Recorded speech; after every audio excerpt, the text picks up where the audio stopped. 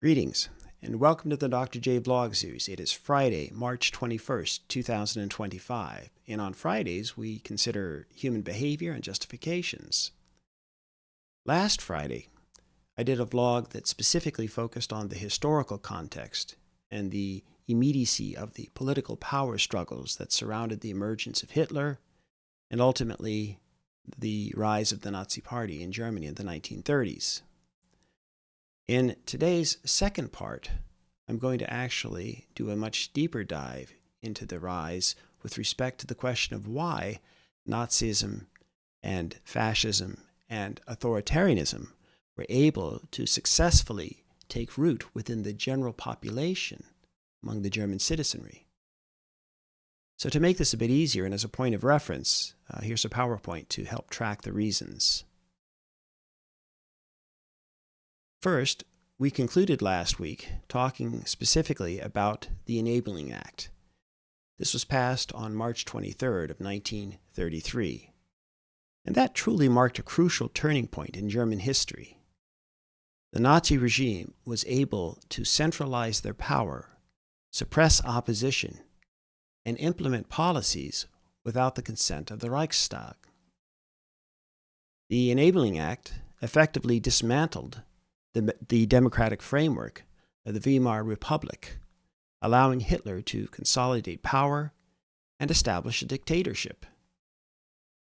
They could pass constitutional amendments and enact treaties or discard them as they saw fit without consent of the opposition and without parliamentary procedures. The act was initially supposed to be for a 4-year period, but then ended up being extended multiple times. But then why would people stand for this kind of fundamental shift in the nature of their government? Who and why would people support the dismantling of their democratic republic? Why would they cede power to an authoritarian with a strident Germany first and at all cost mentality? How could they otherwise account for, acknowledge, justify the rise of Hitler and such a regime? Now, to be clear, even though the majority of folks didn't become full-fledged Nazis themselves, we have to acknowledge that to some degree, countless individuals, or average German citizens, were indeed complicit in persecuting their neighbors and contributing to the, quote, final solution. Why? So to answer that question, I'm going to highlight some parts of an essay from Laurie, whom I'll leave a link to that in the description below. In addition, though, I'll expand with observations from my own lifelong study of human behavior, authoritarianism, and history. So let's start with the obvious, Hitler himself. By 1933, Hitler had already achieved a certain degree of notoriety, especially in the decades since the rise of the Nazi Party, and then their electoral success and the political machinations that led to him being appointed as the Chancellor. He was a highly charismatic figure. He was a persuasive public speaker. He displayed an exceptional ability to captivate the crowds and mobilize large audiences through his energetic and passionate speeches. And he typically used fairly simple and straightforward but powerful language that resonated deeply with the average person or the common German. In addition, with the rise of the Nazi regime specifically in 1933 as they came to power, guess what book gained tremendous popularity and became a runaway bestseller? Of course, Mein Kampf, Hitler's well-known autobiographical manifesto. And yet the Nazi regime actively promoted Mein Kampf, distributed the text widely, even required the reading of the book in certain contexts. The work was publicized as an essential reading to help the average German get exposed to the core ideas regarding the Nazi regime's ideologies, the core goals. In Mein Kampf, Hitler wrote extensively about Germany's humiliation in the aftermath of their defeat in World War I and with the signing of the Treaty of Versailles. Once in power, Hitler portrayed Germany as the victimized nation, held in bondage by the chains of the Versailles Treaty and denied the right of national self-determination. He really was able to effectively foster resentment amongst the German peoples. And his pronouncements then as the new chancellor extended much further. He amplified his many grievances with a special focus, of course, on Jews and anti-Semitism, which became an acceptable feature then of public discourse. In addition, Hitler blamed his predecessors and the German parliamentary system for many of the country's problems. He actively associated democracy with the failed Weimar Republic. Broader still, he despised democracy because the democratic ideal trumpets the notion of equality for everyone.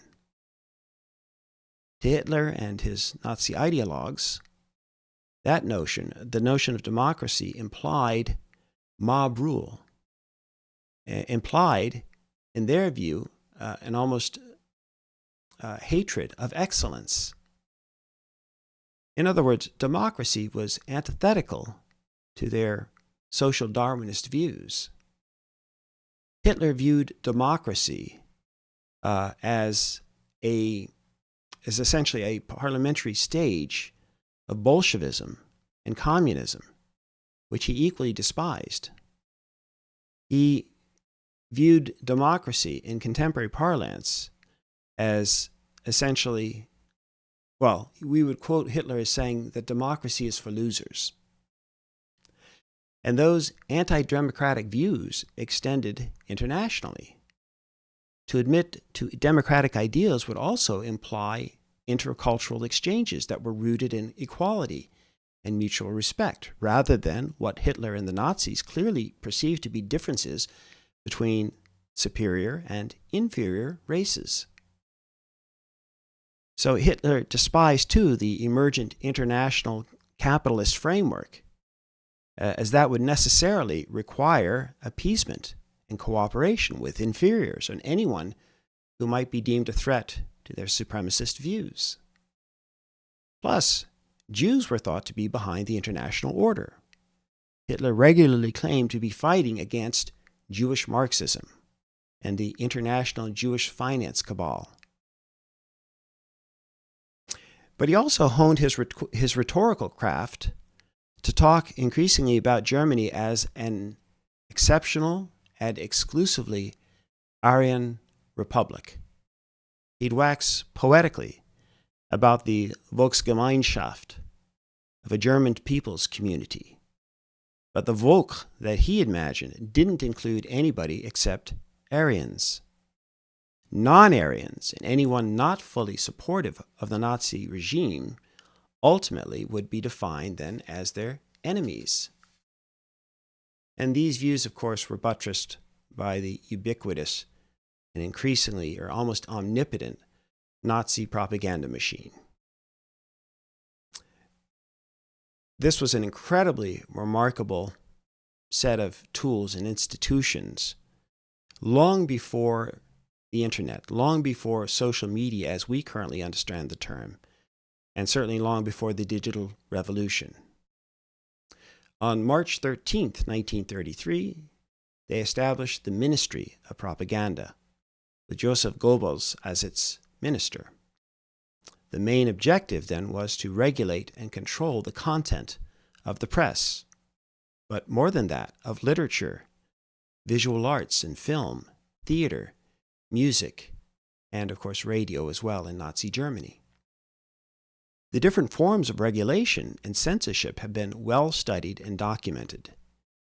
In order then to succeed, the Nazis' radical program absolutely required the acquiescence, support, or even direct participation of broad sectors of the population. So in combination with the use of terror to intimidate anyone who didn't comply, the creation of the new state propaganda apparatus manipulated and deceived the German population as well as the outside world.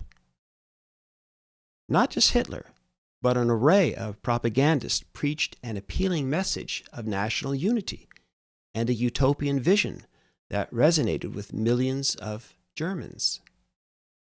They also waged campaigns that facilitated the persecution of Jews and others excluded from the Nazi vision of this national community.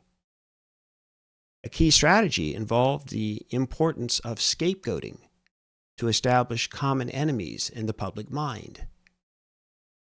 Both internationally and countless internal enemies included among them were the Jews, Romani, homosexuals, Bolsheviks, and non-Aryans in general. Their heavy-handed control of the media and the arts also happened to coincide with the various cultural trends that included degenerate art, the forcible shutdown of regional radio to create the greater German broadcasting, film censorship, and so much more. And perhaps most famous were Leni Riefenstahl's films, propaganda films, Nazi films, The Triumph of Will, released in 1935, and Olympia in 1938. And then the propaganda ramped up more and more and expanded in a whole array of different venues and contexts that expanded as well during the Second World War. So the Nazi propaganda machine arguably perhaps served as one of the, if not the most important feature after Hitler himself and, of course, his allies within the government. In addition, in the 1930s, as in any wartime situation, the propagandists universally would justify the use of military violence as morally defensible and necessary to protect the nation. To do otherwise would be to jeopardize public morale and faith in the government and the armed forces. And so the propagandists then effectively disguised military aggression aimed at territorial conquest. And they considered, of course, territorial conquest or disputes to be righteous and necessary acts of self-defense. They routinely cast Germany as a victim or potential victim of foreign aggressors. They repeatedly identified Germany as a peace-loving nation. We just want peace. But that they were forced to take up arms to protect their own people or to defend European civilization, for example, against communism. The war aims professed at each stage of the hostilities almost always disguised Nazi intentions of territorial expansion and, indeed, of racial warfare. This was propaganda of deception designed to fool or misdirect the population of Germany, German-occupied lands, and even the neutral countries themselves as well. And then prior to the German invasion of Poland on September 1st, 1939, the Nazis launched an aggressive media campaign to drum up support for a war that most Germans didn't actually want. To convey the invasion as morally justifiable and as a defensive action, the German press played up various Polish atrocities, like real or alleged discrimination and physical violence directed against ethnic Germans living in Poland. The press went on to talk then about Poland as guilty of warmongering and chauvinism themselves. The Nazis even staged a border incident to make it appear that Poland initiated the hostilities. So on the day before the invasion, on August 31st, 1939, SS men dressed in Polish army uniforms, quote-unquote, attacked a German radio station. The next day, Hitler announced to the German nation and to the world at large his decision then to send troops into Poland in response to this Polish incursion into the Reich. The press office instructed the press to avoid using the word war. They reported that German troops had simply beaten back Polish attacks, thereby defining Germany as the victim of aggression. And once the war started, the Nazi propaganda machine played up the stories of new Polish atrocities. The propaganda, again, was designed to inflame the passions of the German people and to justify the numbers of civilians that the Germans ultimately intended to kill. Newsreels became central as well to the German propaganda minister Goebbels' efforts to form and manipulate public opinion. To exercise greater control over the newsreel content after the war began, the Nazi regime consolidated the country's various competing newsreel companies into one, the Deutsche Wochenschau, the German Weekly Perspective, and Goebbels actively helped create each newsreel installment, even editing and revising scripts. And then at the same time, Sebastian Hoffner wrote the following about Hitler's first year. Many newspapers and magazines disappeared from the kiosks. But what happened to those that continued in circulation was even more disturbing. You could not recognize them anymore. In a way, a newspaper is like an old friend. You instinctively know how it will react to certain events, what it will say about them, and how it will express its views. If it suddenly says the opposite of what it said yesterday, denies its own past, distorting its features, you cannot avoid feeling that you're in a madhouse. And that's what happened. At first, the Munich Post, for example, which had closely covered Hitler since 1923, continued its standard reporting, running headlines such as Nazi Party hands dripping with blood, or Germany under Hitler, political murder and terror, and outlaws and murderers in power. On March 9, 1933, 5 weeks after Hitler became Chancellor, and 11 days after the Reichstag fire, the SA gutted the newspaper's offices while the police stood by. Its journalists, for the most part, ended up going into hiding. And some even ended up in Dachau or simply disappeared entirely. Truly chilling stuff. And yet there's more. Many folks gradually forgot that they were once anti-Hitler. Christopher Isherwood wrote of his Berlin landlady in 1933. Already she's adapting herself, as she will adapt herself to every new regime. This morning, I even heard her talking reverently about Der Führer to the porter's wife. If anyone was to remind her that at the elections last November she voted communist, she would probably deny it hotly and in perfect good faith. She's merely acclimatizing herself in accordance with a natural law, like an animal which changes its coat for the winter. The Nazi administration then started to denounce their opponents vociferously, even though they often needed their expertise. For example, Albert Einstein was in Pasadena on the day that Hitler became Chancellor and never returned to the country of his birth. Einstein said, quote, "As long as I have any choice in the matter, I shall live only in a country where civil liberty, tolerance, and equality of all citizens before the law prevail." End quote. And of course, the Nazis attacked him relentlessly in speeches and in news reports.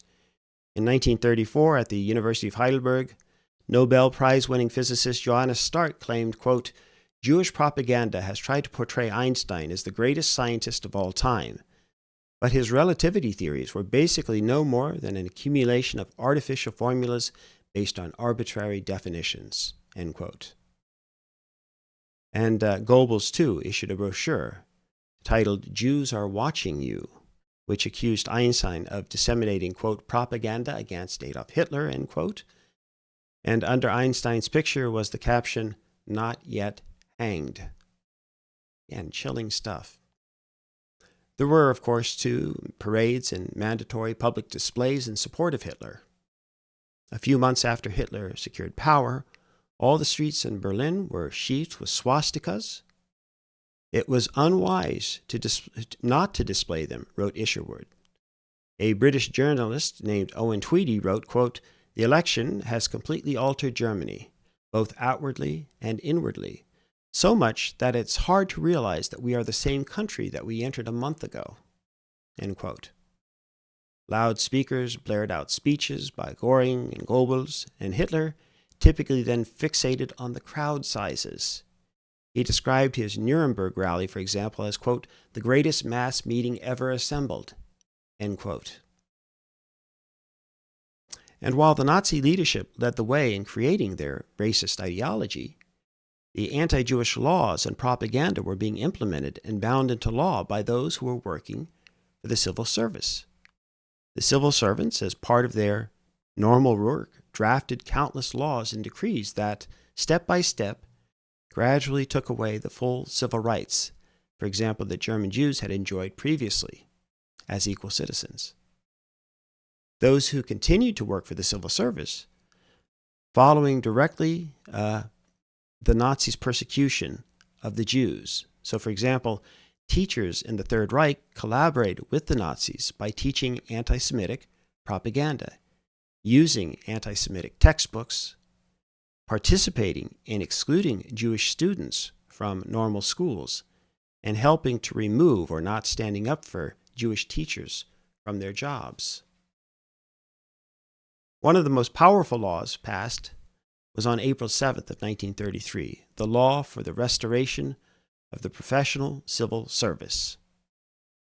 The main objective was to establish a national and professional civil service by dismissing certain groups of tenured civil servants, just getting rid of them, but especially people who were non-Aryan and especially those who were of Jewish descent.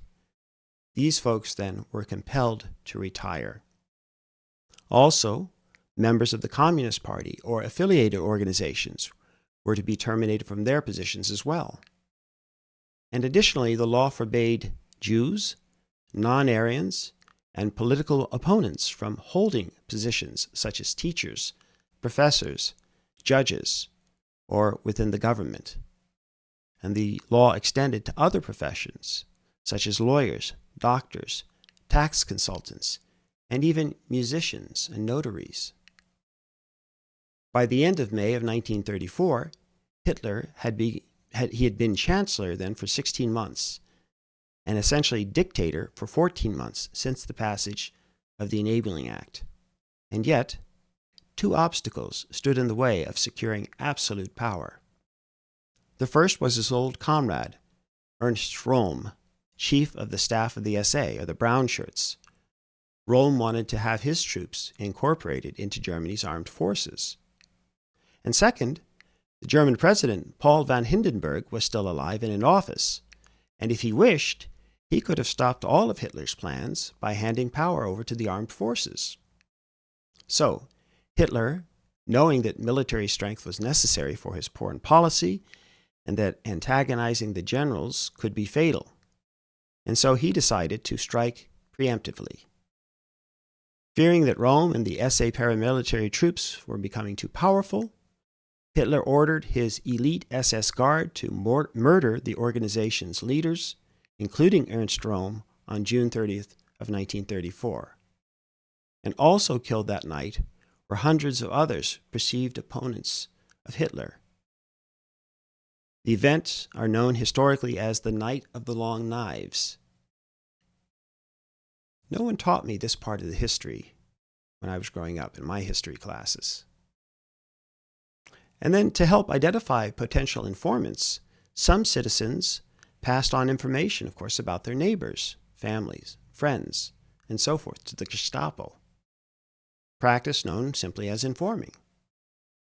While Nazi propaganda touted a much larger Gestapo than actually existed, in reality, the ratio was about one secret police officer for every 10,000 citizens. The Gestapo, therefore, relied upon a network of thousands of informants.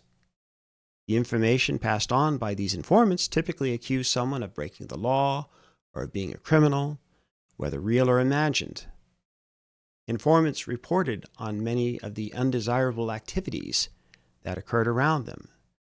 And they reported on for example, anti-Nazi sentiment, communist activity, people who were thought to be Jews, or those who were suspicious or suspected of hiding Jews.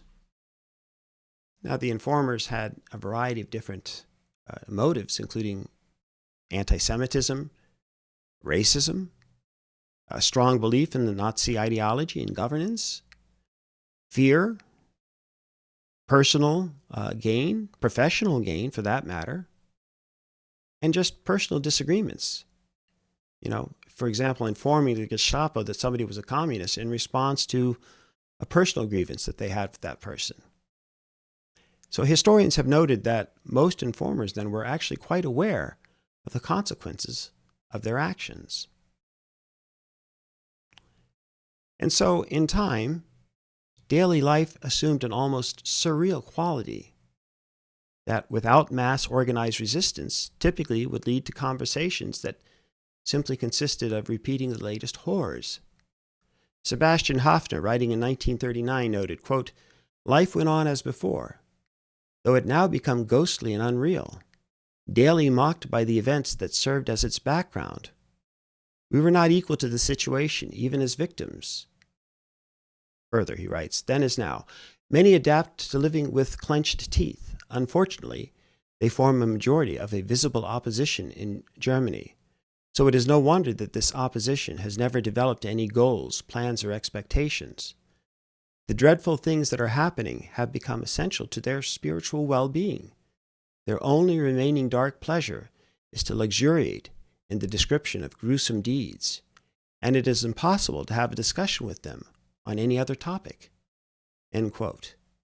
And then, of course, once you've been sucked into the cult, into that vortex, it's very difficult then for people to see beyond their limited vision and what they're being pumped daily in terms of information, news, etc. So in the end, most people were not actually Nazis, but to varying degrees accepted the basic premise. Germans often deliberated questions about race and authority and loyalty, even though only a minority became full-fledged Nazis. Yet most accepted, again, the basic premises of the regime, including the isolation of German Jews. Again, at the individual level, their motives ranged from pressures to conform, the belief in deference to authorities, opportunism, greed, or just outright hatred, racism, and so on. Now, to be clear, the persecution of Jews was not something that just suddenly arose either. Anti-Semitism had existed for centuries. It just grew to its sort of logical conclusion and maximization under Hitler in Nazi Germany. And yet, even though most Germans had at least a vague idea of what was happening and of the Holocaust, they almost certainly didn't endorse mass murder necessarily. I saw live footage of a film, I can't recall specifically where I saw this, but where they talked about, or they showed average Germans who were brought into the concentration camps after liberation. And many reacted with absolute horror and disbelief at what they saw. These folks really had no idea, and you could see the visceral reactions to what they were seeing with their own eyes for the first time. Their illusions were completely shattered. But then, so too were millions upon millions of lives. Well, much more can be said, of course, but this has already been a rather lengthy vlog. I hope that those of you who have listened have learned what I didn't learn growing up, for the most part. And many of you likely have heard the old adage, often attributed to George Santayana, "Those who fail to learn from history are doomed to repeat it." Well, surely, if enough of us learn from history, we're smart enough not to repeat the past, no? One would hope. Surely we couldn't possibly replicate in our lifetimes the same practices and offer the same kinds of justifications that led to the devastating authoritarianism that we witnessed in the 20th century and that led to the destruction of countless millions of lives. I hope we've learned. Well, in the meantime, I hope that this vlog has been helpful, has been educational, and as ever, I hope that until next we meet, may you and yours continue to create peace in your lives and nurture love in your hearts. Thanks for listening.